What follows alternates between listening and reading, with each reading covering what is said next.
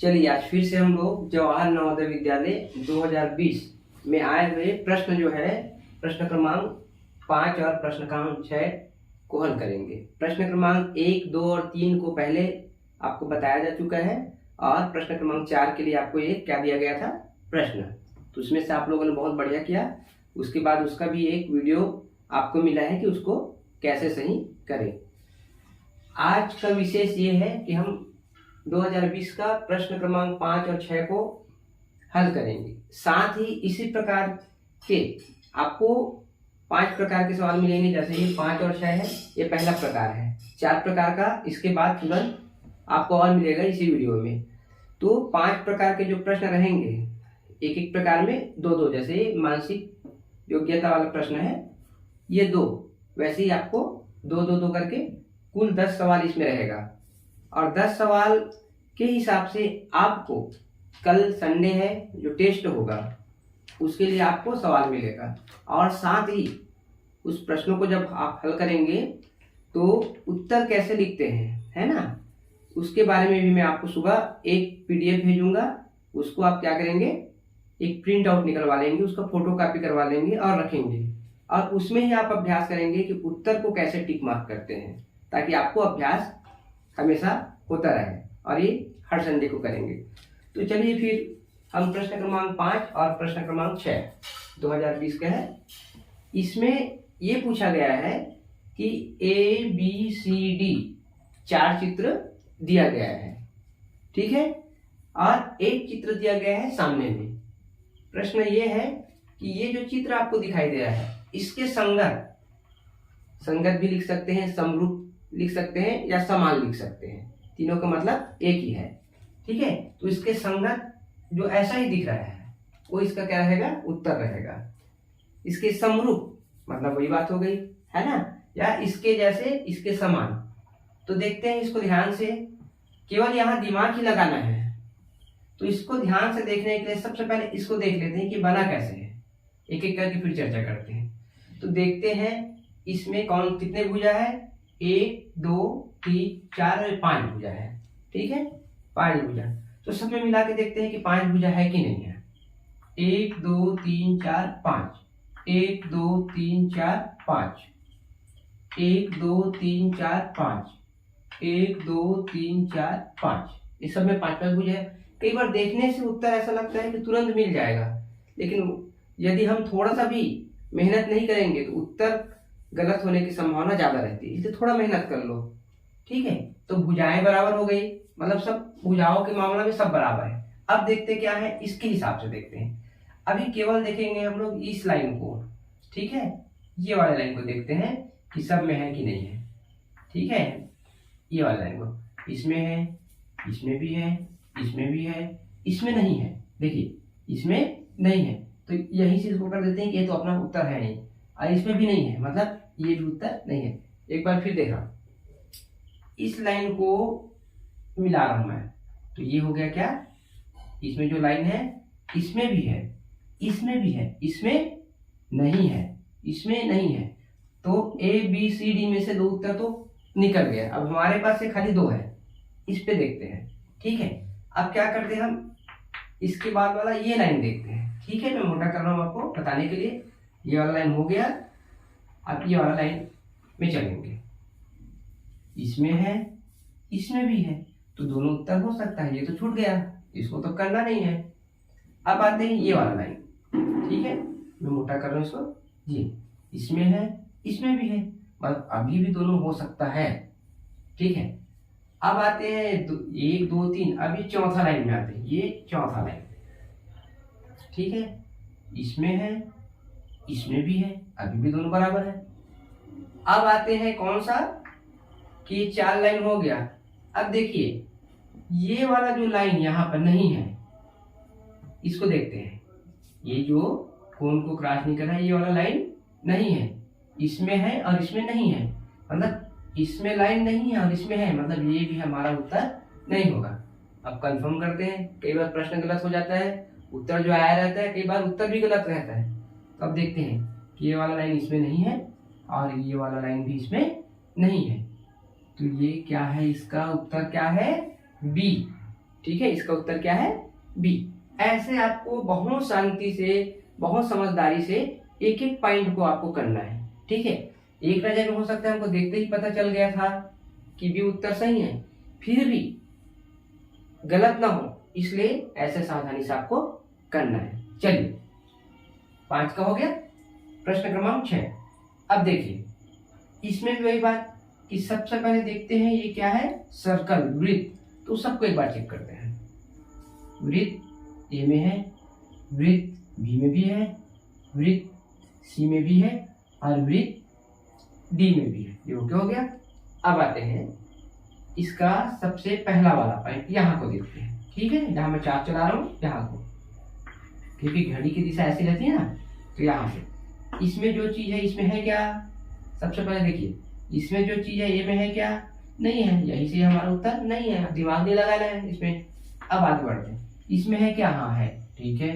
फिर देखते हैं, ये देखिए इसमें है क्या, नहीं है, यहाँ पर होना था तो इसको क्रॉस कर दिए, ये उत्तर भी हमारा यहाँ से आउट। अब देखते हैं ये वाला भाग, इसमें है क्या, अरे इसमें भी नहीं है, तो ये वाले भी आउट। अब बचा क्या हमारे पास, अकेला ये। ठीक है, देखिए कितना जल्दी बन रहा है। अब इसके जस्ट बाजू में देखें, 1 2 3 तो हमारे उत्तर से बाहर हो गया, बचा क्या, बी। बी हो सकता है ऐसा बोल रहे हैं अभी, जब तक हम कंफर्म ना हो जाए तब तक उत्तर सही अभी नहीं है, जबकि हमारे पास एक ही विकल्प बचा है। तो देखिए ये पहले वाला में क्या है, व्हाइट, पहले वाला में व्हाइट, दूसरे नंबर में ब्लैक, दूसरे नंबर में ब्लैक, फिर एक लाइन, ठीक है एक लाइन, फिर ब्लैक, ये भी ब्लैक, फिर व्हाइट, फिर व्हाइट, फिर ब्लैक ब्लैक ब्लैक ब्लैक, फिर व्हाइट, ऊपर ब्लैक। मतलब ये वाला चित्र और ये वाला चित्र दोनों क्या है जी, एक ही है। मतलब हमारा उत्तर क्या आएगा, बी। ठीक है, मतलब आपको अपने दिमाग को शांत करके काम करना है और पॉइंट टू पॉइंट इसको क्या करना है, पकड़ना है। केवल देख कर नहीं पकड़ना है, क्योंकि चित्र ऐसा दिया रहता है कि आपको देखते ही ऐसा लगेगा उत्तर ये है, जबकि वो नहीं होता। चलिए अब हम दूसरे पैटर्न के प्रश्न में चलते हैं। इसको आप इसके हिसाब से आपके है ना प्रश्न कल जो टेस्ट होगा वो आएगा, तो ये दोनों को अच्छे से समझना है। फिर आने वाले आपके लिए 2 प्रश्न और आएगा टेस्ट में, वो आपको करना है। अब दूसरा प्रश्न, चलिए अब इसमें ही 2020 में अंक गणित के अंतर्गत दूसरे पैटर्न में चलते हैं। और इसमें 2020 में जो एक 40 नंबर का प्रश्न आया है, साथ में हम लोग वो भी हल कर रहे हैं। प्रश्न ऐसा है, 7 अंकों की बड़ी से बड़ी संख्या तथा 4 अंकों की छोटी से छोटी संख्या में कितना अंतर है। तो इसमें क्या देखना है कि पूछा क्या गया है और क्या चीज दिया गया है। तो अपन देखते हैं बड़ी से बड़ी संख्या, ठीक है, कितने अंक की, 7 अंक की, और 4 अंक की छोटी से छोटी संख्या। इसमें क्या पता करना है, अंतर। तो इतना समझ में आ गया कि 2 संख्या दिया गया है, 7 अंक की, 4 अंक की, और इसमें अंतर मतलब घटाना है। ठीक है, अब आते हैं छोटी से छोटी संख्या और बड़ी से बड़ी संख्या क्या चीज होती है, इसको अपन समझ लेते हैं। ठीक है, ये बहुत ही सरल है। जैसे इससे पहले वाले भी मैं समझाया था, जब हम गिनती लिखते हैं 1 2 3 4 5 6 7 8 9, और 9 के बाद जैसे ही क्या आता है 10। ठीक है, 9 के बाद जैसे ही आता है 10, तो क्या होता है 1 2 3 4 5 6 7 8 9, 9 तक क्या है 1 अंक। जैसे ही हम 10 में आए कितना बन गया वो 2 अंक। तो 1 अंक में समझ लेते हैं, क्योंकि सब 5वीं के बच्चे हैं, आपको आसानी से समझ में आ जाएगा। 1 अंक 1 अंक 1 अंक 1 अंक, ये 9 तक 1 अंक। तो जब पूछा जाए 1 अंक की छोटी संख्या, तो 1 अंक की छोटी संख्या क्या है 1, और 1 अंक की बड़ी संख्या 9। वैसे ये 10 आया, तो आपको समझाने के लिए 10 मैं यहाँ लिख देता हूँ, क्योंकि ये क्या है 2 अंक है। जब 10 से गिनती शुरू करते हैं, 10 11 12 13 14 15 ऐसे कंटिन्यू जब गिनते जाते हैं, गिनती करते जाते हैं, तो आता है 90 91 92 93 94 95 96 97 98, और क्या आता है 99। 99 से जैसे ही आगे बढ़ते हैं तब क्या आ जाता है 100, मतलब 10 से लेकर 99 तक 2 अंक है, और जैसे ही 100 में आए कितना अंक हो गया? 3 अंक। ठीक है, तो हम बोल सकते हैं कि 2 अंक की सबसे छोटी संख्या 10 और 2 अंक की सबसे बड़ी संख्या 99। जब इसी गिनती को हम आगे बढ़ाते हैं 101, 102, 3, 4, 5 ऐसे 200, 201, 203 है ना, 4, 5 ऐसे बढ़ते बढ़ते 400, 500, 600, 700, 800, 900, 901, 902, 903, ये बढ़ते बढ़ते 999 क्या होता है? 999। तो देखते हैं 3 अंक में सबसे छोटी संख्या 100 और 3 अंक में सबसे बड़ी संख्या 999। अब पैटर्न समझिए, 1 अंक में 1 छोटी संख्या है, 2 अंक में 1 शून्य छोटी संख्या है, 3 अंक में 1 2 बार शून्य मतलब 100 छोटी संख्या है। इसको इसी पैटर्न में और बढ़ाएं, 1 0 0 0 मतलब कितना हुआ? 1000। 1000 छोटी संख्या। और अब बड़ी संख्या में चर्चा करते हैं।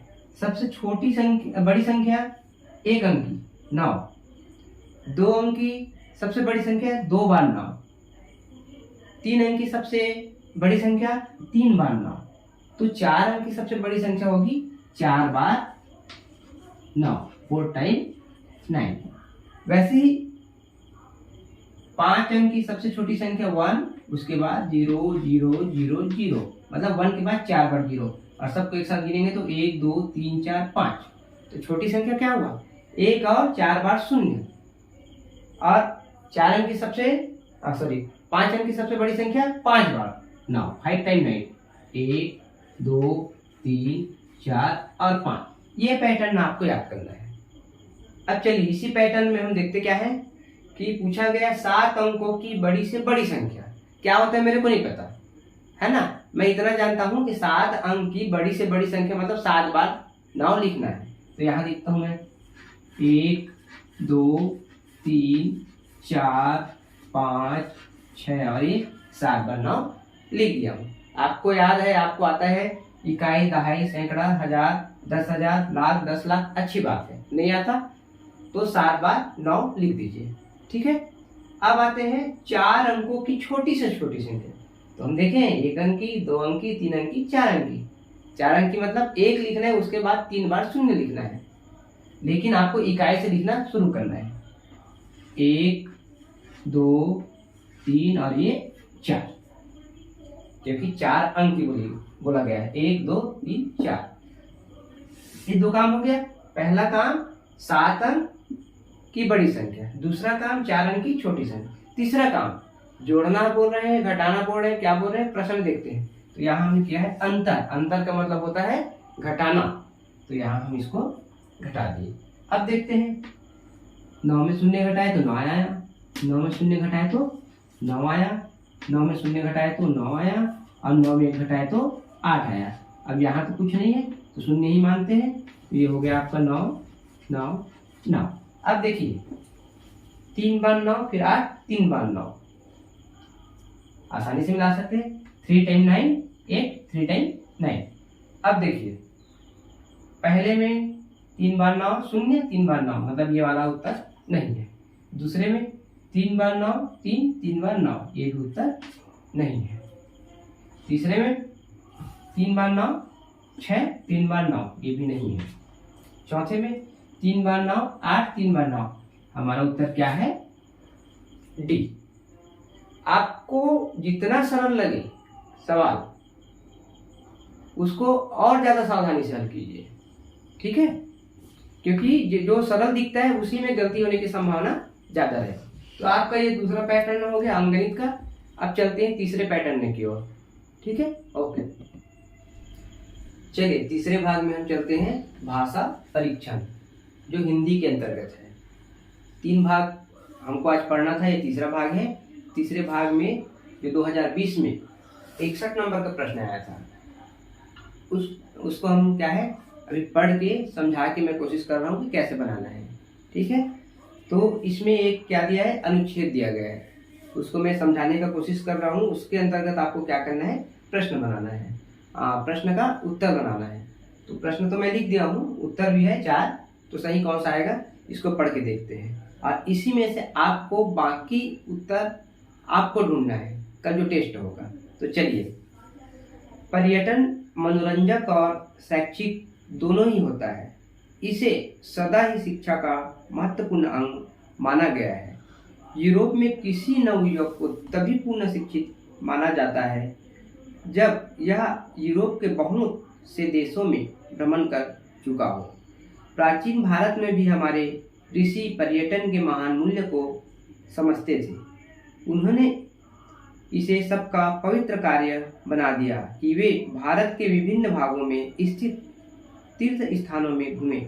इससे भारतीयों में एकता की भावना को प्रोत्साहन मिला।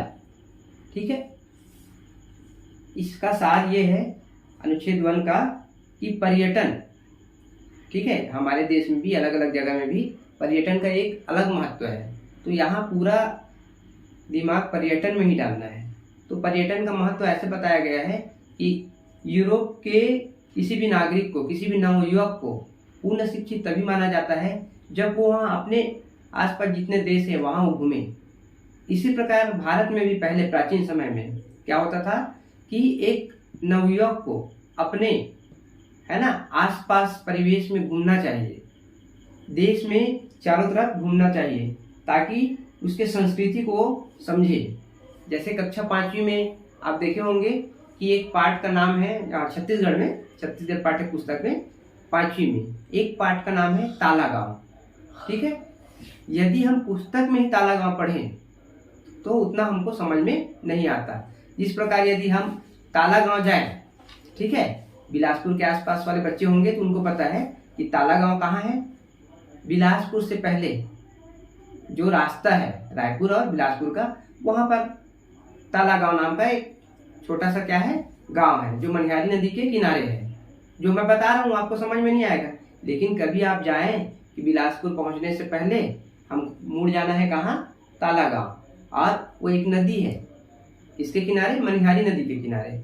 और उस ताला गांव में 2 मंदिर है जो प्रसिद्ध है, हमारे पाठ में दिया गया है। कौन कौन से दिया गया है आपको पता होगा, एक देवरानी जेठानी मंदिर और एक रौद्र शिव जी, ये है।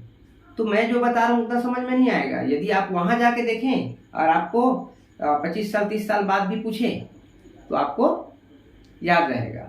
और वैसे में 6वीं से 7वीं गए तो 5वीं का आपका पाठ्यक्रम आप भूल जाएंगे। जैसे मैं बोलूँ कि कक्षा 3री में पार्ट 2 में क्या था आप भूल गए हैं, लेकिन यदि आप खुद जाके देखें तब क्या होगा, आपको ताउम्र याद रहेगा। इसलिए पर्यटन का महत्व बहुत ही जरूरी है। और हमारे ऋषि मुनि इसीलिए हमारे देश में अलग अलग जगह घूम घूम के वहाँ की संस्कृति को समझते थे। और इससे क्या होता है, भाईचारे की भावना भी बढ़ती है और एक दूसरे के प्रति सम्मान भी। ठीक है, तो इसमें 2 बातें और लिखा हुआ है कि पर्यटन मनोरंजक और शैक्षिक दोनों होता है। ठीक है, और दूसरा बात लिखा गया है कि यूरोप में किसी नवयुवक को तभी पूर्ण शिक्षित माना जाता था, यूरोप में, जब वो भ्रमण करे अपने आसपास के देशों का। प्राचीन समय में भी भारत में यही काम हुआ करता था कि आप भारत में अलग अलग जगह धार्मिक स्थानों को घूमिए और नवयुवक को अपने धर्म, संस्कृति और भाईचारे की भावना, इससे क्या होगी, है ना, भाईचारा की भावना जो है हमारे मन में आएगी। ठीक है, अब आते हैं प्रश्न में, जो अभी मैं आपको पढ़ के सुनाया था, पर्यटन मनोरंजक और शैक्षिक दोनों ही होते हैं, इससे संबंधित प्रश्न है। तो यहाँ दिया गया है प्रश्न 61, यदि कोई वास्तविक शिक्षा पाना चाहे तो उसके लिए खाली स्थान करना महत्वपूर्ण है। इसको यहाँ रख के देखता हूँ पहले। यदि कोई वास्तविक शिक्षा पाना चाहे तो उसके लिए अध्ययन करना महत्वपूर्ण है, एक लाइन बन गया। दूसरा, यदि कोई वास्तविक शिक्षा पाना चाहे तो उसके लिए कार्य करना महत्वपूर्ण है, एक में अध्ययन दूसरे में कार्य। तीसरा, यदि कोई वास्तविक शिक्षा पाना चाहे तो उसके लिए पर्यटन करना महत्वपूर्ण है, ये हो गया 3। यदि कोई वास्तविक शिक्षा पाना चाहे तो उसके लिए ध्यान करना महत्वपूर्ण है। अब हमने पढ़ा पैराग्राफ जो है अनुच्छेद 1, उसमें किस पर जोर दिया गया है, पर्यटन पर। आप पर्यटन करते हैं तभी आपको पूर्ण शिक्षित माना जाएगा। तो क्या आएगा उत्तर, पर्यटन, मतलब क्या है उत्तर जी? सी। ठीक है, उत्तर सी।